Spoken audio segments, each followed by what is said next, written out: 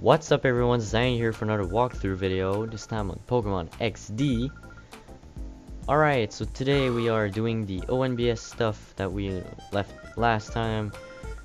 We went into this giant building over here, and this time we're meeting Meg. So she's the receptionist, and she's she's Nett's sister. And you can see some little Pokemon pictures over here. You can see a Pikachu, I believe that's a Gloom, and maybe, I think the other one's a Wooper. I can't really tell what the first one is. And here you may recognize these guys. They were in the Krabby Club back in Gate and Port. So I guess they're doing a live performance right now. But that's pretty cool. Alright, so there's two things you need to do before going to see NETT.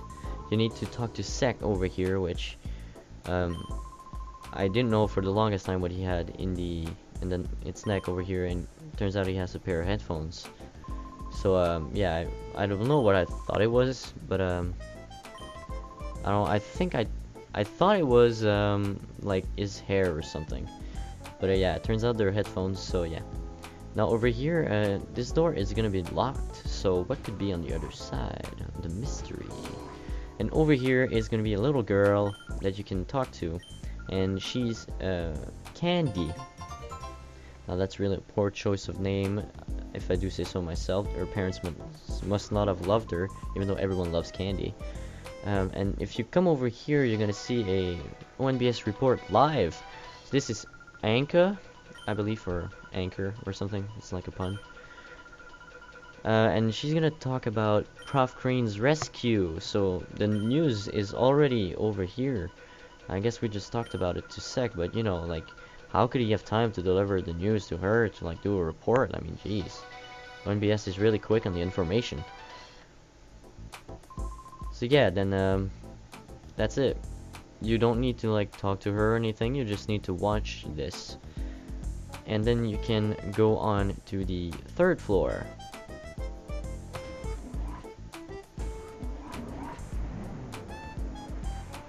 On the third floor, you're gonna see in this room over here a girl that's getting ready. So you can't go to that chest. Oh, the tease is strong. I really want that chest, but you can't get it. It's like no matter how hard you try, you can't. And if you go inside this room, then a little event will trigger, and Candy is actually looking for her mother, and this woman is her mother. So yay. Now they're reunited, so that's pretty good for them, isn't it? But yeah, of course I wouldn't have done that if there wasn't a reward for it. Now the reward you actually have to go get. You need to go talk to the mom after the event triggered, and you're gonna get a Soothe Bell. So that's pretty cool. Soothe Bell enhances the happiness gained by a Pokemon. So if you have something like a Golbat somehow, or if you've got something like I don't know, happiness Pokemon. I just know like Riolu evolves by happiness. And again, this chest, you can't open it. It's like, why you do this to me? But yeah, I just know like Riolu, I think Happiny evolves by happiness. Togepi evolves by happiness. So if you've got a Togepi, then I guess you can. Now if you come to this roof over here, now you may recognize this roof because it hasn't changed that much from Colosseum. And in that game you go over here and you actually go in the cave that's blocked off just to our right over here. And NETT is through this door, and you know, he gave the order to this guy to not let anybody through. But I guess he made an exception for you, which is pretty cool considering that we actually need his help. So yeah. So this is NETT, and there is his friend Bit. Now I really don't know why these guys are all called like this. Basically, there's 3 letters, and the 4th letter is a repeat of the 3rd letter. So if you see NETT, like TT, Bit, TT, Sek, CC, so it's Meg, GG, like, why? Why are these guys all called 4-letter names that have 2 repeating consonants at the end? I just don't get it. But yeah, then you're gonna hand him the data ROM, and he says, you know, it's gonna take me some time to do this. I can't do it right now, so why don't you go and get to our news team that's at the Rock Poké Spot. Yeah, do that. So we're gonna of course do that because we have nothing else to do, right? So the Rock Poké Spot is right over here. Now this is definitely the farthest we've ever been, and yeah, there's said to be wild Pokemon there, and that's like a first thing in the Aura region. In Coliseum there were no wild Pokemon, and that's a definite, you know, thing unique about this game, is that there's no wild Pokemon. You know, you need to catch the shadow Pokemon in order to add them to your team. You don't go into the tall grass and search for wild Pokemon and catch them, you know, with regular Pokeballs. You need the snag machine to turn them into snack balls and get the bad Pokemon from the bad guys, and then, you know, purify them. So that's really different about this game, and you know, that's the thing that I really enjoy, and I wish they would come back to the Ori region for a third installment, but I don't think that's gonna happen really, and that's a bit sad to think about. So then you're gonna have this thing about Truly and Folly, and they're talking about their boss. Now, who could their boss be? If you've played Coliseum, you probably know who their boss is, but if you didn't, and you're just playing this game like I did, you know, I started off with this game actually. I didn't start with Coliseum because like somebody had it at their place, and I used to play this game, so you know, I started off with this one. So I started with the sequel instead of prequel, so I really didn't know who their boss was at this time. You know, if that makes sense. So yeah, now they're talking about a mysterious person who is their boss. Now we'll maybe find that out later, who that is. But for now, let's go to the Rock Poké Spot right over here and see what all this fuss is about. Because there's like the news team and everything, and like there's big research going on. So hello people, it's time for Pofty's Fast Break Report, and they're here with Ducking or Duking, and you know, you may know him from Coliseum, blah blah blah, usual stuff. He was there in the prequel. He was pretty important actually, and he seemed to gain a bit of muscle mass, and he actually contradicts himself right here.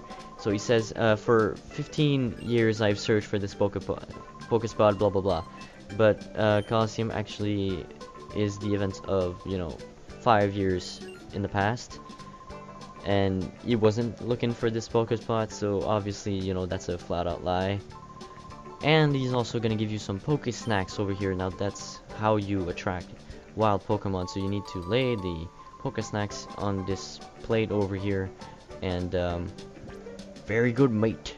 So yeah, eventually a wild Pokemon will come along, and basically how you know there's a Pokemon that's eating your bait is with this spot monitor. So then Pofty is gonna comment, oh, you did that yourself? Yeah, one shouldn't let the details get in the story, right? So that's exactly what he said about the 15 years of searching for a Poké Spot. Like, you know, this guy is just lying for the show, but you know, I guess that's fine, you know. So the spot monitor actually does work. I don't believe he developed that himself, but you know, the important thing is that it works, right? So then in the spot monitor is going to be a little indicator that says, you know, there's a Pokemon eating your bait at this Poké Spot. Now, the more bait you leave, the more the Pokemon will stay to eat the bait. Now, I'm not going to place any in this Poké Spot right here, because I just don't need to. And I'm going to go to this Oasis Poké Spot here. So yeah, basically now if you leave, like, let's say one piece of bait, and the Pokemon starts eating it, and by the time you get there, it's all gone, then that means the Pokemon, you know, has eaten the bait and ran away because you weren't there to catch it. So you need to be really quick, or you need to leave a lot of bait. Now if you leave a lot of bait, you know, they're not gonna like eat everything. Like if you leave 5, you know, Poké Snacks on the plate, and you know, you're pretty quick about it, but you know, you took 2 Poké Snacks to get there, then there's gonna be 3 remaining, right? So they're not like eating all of the Poké Snacks you leave all at once. So you can really like just leave 10 there and just wait. So yeah, now he's gonna show you one last Poké Spot, and that's the cave Poké Spot. Now this is personally my favorite. I use a Pokemon in that Poké Spot almost every playthrough, and yeah, because you can find a lot of cool stuff, you know, in caves. There's usually a lot of cool Pokemon, and you know, Geodude isn't a thing in this Pokemon game. Geodude is not, well, he is in this game, but he's not catchable, so you won't be running into a lot of Geodudes. Oh, so there's these two guys over here in this cave Poké Spot. Now, why would these two guys be in this place? You know, for one, I'm pretty sure they don't have any Poké Snacks, so they won't be able to attract any wild Pokemon. And yeah, so I mean, good luck with that. Now, if you get close to them, they will get startled and, you know, think you're their boss, and he's gonna, you know, I think that's Folly. He's gonna say, "Oh, don't worry, you know, I've got my radar, so it's fine." But then it's gonna go off the radar, so the boss is over here, and then he's gonna come in, moonwalking in. You may recognize this afro. It's Merriby, and this guy possibly has the best music in the whole game. And look at these dance moves. Now this guy is really awesome. All right. So he pretty much dances all the time, and now there's this little like atmospheric music. So then he tells you like, how about you join us, and you know, you become part of our team, and we'll catch all the Pokemon in the world. And then you of course say no, because you know it's a Pokemon game, so you always say no to bad guys. And he's gonna challenge you to a battle, and this battle music is seriously epic. Alright, I really love this music. So he's gonna go out, well, start out with a Lombre and another Lombre. Now if you've played the prequel, you know where this is going, because this guy loves the Lotad family, just because, you know, like, they seem like they're dancing, especially Ludicolo, because, you know, Ludicolo seems to do some pretty epic dance moves. So yeah, look at that guitar riff, that's really awesome.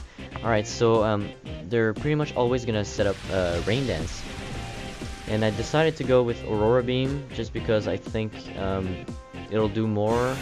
Like with Stab, it does the same amount as Body Slam, I believe, or maybe a bit more, and I think Sfeel has a better special attack than actual attack. So yeah. Alright, so we took out one Lombre in one turn, so I guess we're gonna be able to do that again. But yeah, some of them are gonna have Swift Swims, so yeah, they're gonna tickle me with their Mega Drains, just because my Pokemon are so overleveled. That's part of the reason why I didn't want Carvana to be in front, because I knew, like, you know, this guy has 3 grass types on his team. Maybe putting the weak water type isn't the best idea in the world, you know. So yeah, we're just gonna take out another Lombre probably. Yep, there we go.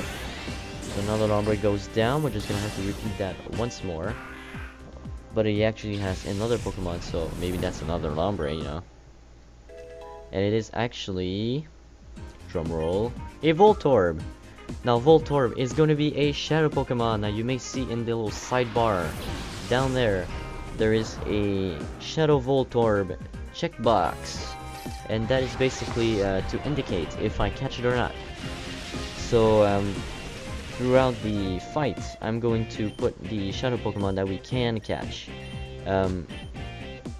like in a little sidebar with a checkbox right there. I thought it would be a good addition to the sidebar, because the, you know, down there is pretty like, you know, unused space pretty much, and yeah, I thought putting that there. So if we catch it, there's gonna be a green check, and if we don't catch it, if we kill it or something, oh my god, please don't kill it. Oh my god. The critical hit. That scared me a little bit. But yeah, if we don't catch it, there's gonna be a red X, so meaning we didn't catch it. So we're gonna try to catch the Pokeball Pokemon in a Pokeball, because really, you can't tell me that this isn't the Pokeball Pokemon. Like, really, it has the same color scheme, like the exact same places. please. So yeah, we're gonna try it. 1, 2, 3. Alright, we got it. So there we go. The green check is over there. And yeah, just as I did in this battle, I'm not going to reveal the shadow Pokemon until it actually comes out. Just because, you know, I think that would be a bit defeating the purpose, you know, to have the shadow Pokemon appear like at the beginning of the fight, and you just like right now know like, oh, okay, this guy's gonna have a shadow Teddiursa at level 13, you know. That's not really fun. So yeah, that's basically why I did that. So then they're gonna drop an item, and this is the mirror radar, the Folly, I think. Yeah, Folly was talking about. So basically that tracks Mirror B, and Mirror B plays a pretty big role in this game, because if you ever fail to catch a shadow Pokemon, if you kill it, Mirror B is going to take it. So when you can see where Mirror B is, you can then go to that place and have another chance at catching that shadow Pokemon again. Now, right after this, we're going to receive an email from NETT telling us to come back to Pirate Town. So we're going to do just that. I'm going to place some Poké Snacks in this cave over here. And that's going to be it for this episode. So I'm going to meet you guys in the next one, where we go back to ONBS, perhaps with another team member. So I'll see you guys then. Don't forget to leave your feedback down below. Like the video if you did. Also subscribe to see the next part. So, goodbye.